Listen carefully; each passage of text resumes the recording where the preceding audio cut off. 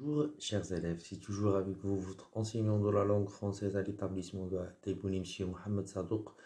Dans le cadre de l'enseignement à distance, je vous conseille d'être nombreux à visiter la chaîne YouTube de établissement de Taïbouni pour l'enseignement à distance.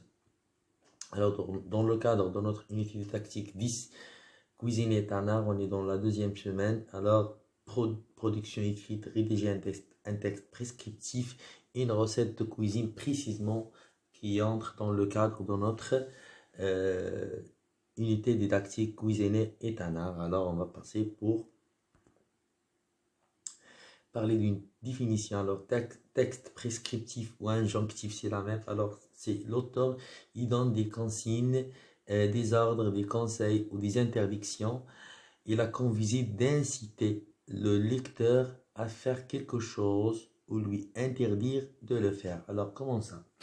Soit on fait un petit appel à celui qui lit notre texte de réaliser quelque chose, on lui donne des conseils, on lui interdit de faire quelque chose. Alors, par exemple, si on parle de la circulation du code de la route, alors on donne des conseils et en même temps on interdit de faire d'autres choses. Alors, mais dans notre cadre, on doit respecter le titre de notre unité didactique. Alors, c'est cuisine est un art et c'est demandé de parler d'une recette de cuisine. Alors, c'est pour cela. Alors, je vais vous donner quelques indications alors dans notre rappel. Alors, dans une recette, il y a plusieurs rubriques. Alors, qu'est-ce qu'il faut respecter dans une recette? Il faut respecter les ingrédients. Alors, il faut donner les ingrédients. Alors, les ingrédients, alors le sucre, le sel, café, chocolat, le lait, etc. Les œufs, beurre, farine, etc. Alors, les ingrédients. Et aussi, il faut donner le matériel qu'on doit utiliser pour réaliser notre travail. Pour réaliser une recette de cuisine, il nous faut beaucoup de matériel. Alors, c'est pour cela il faut se préparer d'avance. Alors, aussi, il faut donner le temps de préparation. Alors, les préparatifs qu'on doit faire avant et après, il faut donner le temps de cuisson. Alors, comment ça va donner? Ça va prendre du temps pour réaliser la cuissance. Alors, pour cela, je vous ai préparé un petit modèle. Alors, les explications pour une recette de cuisine réussie. Alors, pour réussir une recette de cuisine, qu'est-ce qu'il faut faire tout d'abord? Dans une recette, les phrases sont courtes. On n'utilise pas des longues phrases, mais des petites phrases. On n'utilise que des petites phrases et les verbes sont soit à l'infinitif, alors le verbe il n'est pas conjugué, soit à la deuxième personne de l'impératif. Alors, par exemple, préparer, mélanger, faites cuire, mettez au four. Alors, on utilise ces petites phrases et on conjugue le verbe à l'impératif présent, à la deuxième pronom personnel du pluriel ou du singulier. Aussi, on peut utiliser le verbe à l'infinitif, on peut le laisser tel qu'il est, ne le conjuguez pas.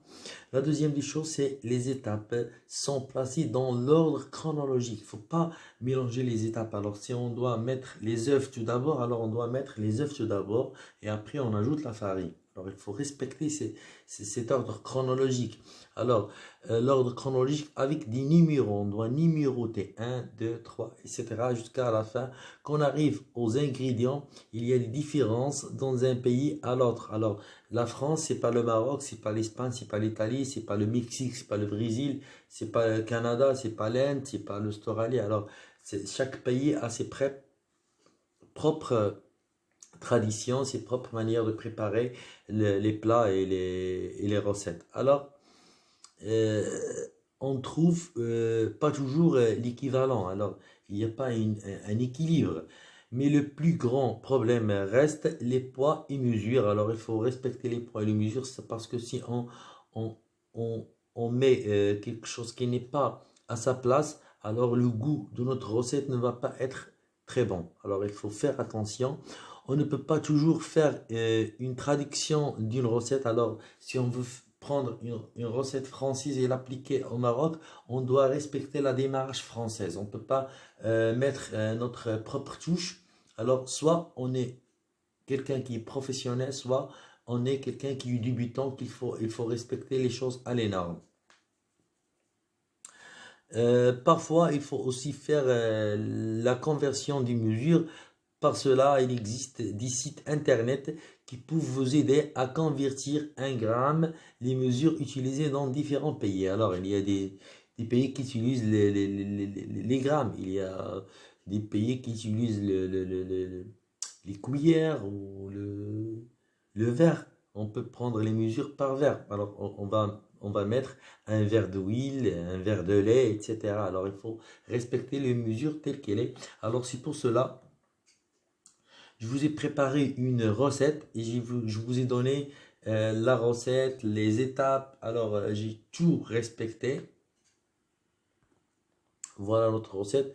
C'est fondant au chocolat pour 8 personnes. Alors, il faut préparer ce fondant au chocolat pour 8 personnes. Alors, il faut donner les choses avec plus de détails. Il faut détailler les choses. Alors, on va commencer par les préparations. Alors, la préparation, il prend 15 minutes. Alors, pour préparer les choses dans les moules et les casseroles, alors il faut prendre 15 minutes, ça prend 15 minutes. Alors, la cuisson, alors pour faire cuire ce fond au chocolat, alors il nous faut 25 minutes. Alors, il faut mettre 25 minutes, hein. Il ne faut pas mettre 15 minutes parce que ça ne va pas bien être cuit. Alors, on va passer maintenant à la deuxième chose, ce sont les ingrédients. Alors, qu'est-ce qu'on va utiliser dans notre recette? Alors, c'est 200 g de chocolat noir, 150 g de beurre, 150 g de sucre en poudre, alors 50 g de farine et 3 œufs. Alors, ça, ce sont les ingrédients. Ustensiles. Alors, l'ustensile ou le matériel qu'on doit utiliser, il nous faut une casserole, un saladier, une cuillère en bois, une moule à gâteau. Alors, il faut respecter les choses à les normes, pas dévier. Alors, on a besoin de ces 4 choses autant que matériel pour préparer notre recette. Alors, il faut les utiliser à les normes. Maintenant, on va passer à la préparation. À la préparation. Pour notre préparation, alors comme je vous ai dit avant, ce sont les étapes maintenant. Alors il faut respecter les étapes à les normes. Alors on doit numéroter étape par étape. Alors la première étape, sortir le beurre de réfrigérateur pour qu'il ramollisse ou qu'il se décongeole. Alors deuxième des choses, dans une casserole, casser le chocolat en morceaux. Y ajouter 3 cuillères à soupe d'eau et mettre le tout au fondre à feu moyen. Alors, il faut utiliser un feu moyen pour un petit peu fondre les choses. Troisième partie, ou troisième étape, pendant ce temps, dans un saladier, travailler le beurre mou à l'aide d'une cuillère en bois.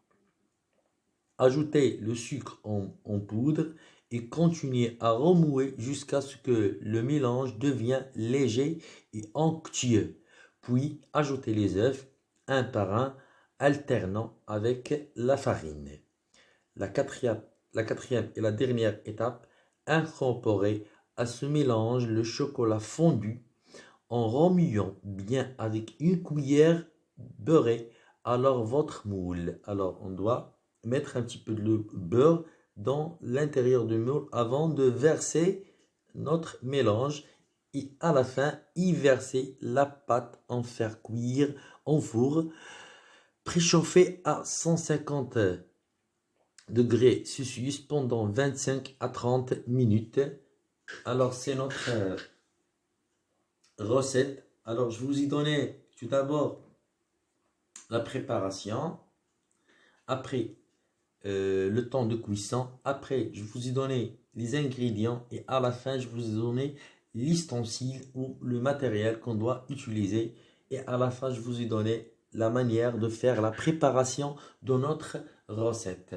Jusqu'ici je veux vous dire mes chers élèves, merci pour votre attention. Soyez nombreux à regarder la vidéo, soyez nombreux à réviser votre leçon. C'était Mohamed Sadouk avec vous, votre enseignant de la langue française à l'établissement d'Aïbouni pour l'enseignement privé à FNIDAC. Merci.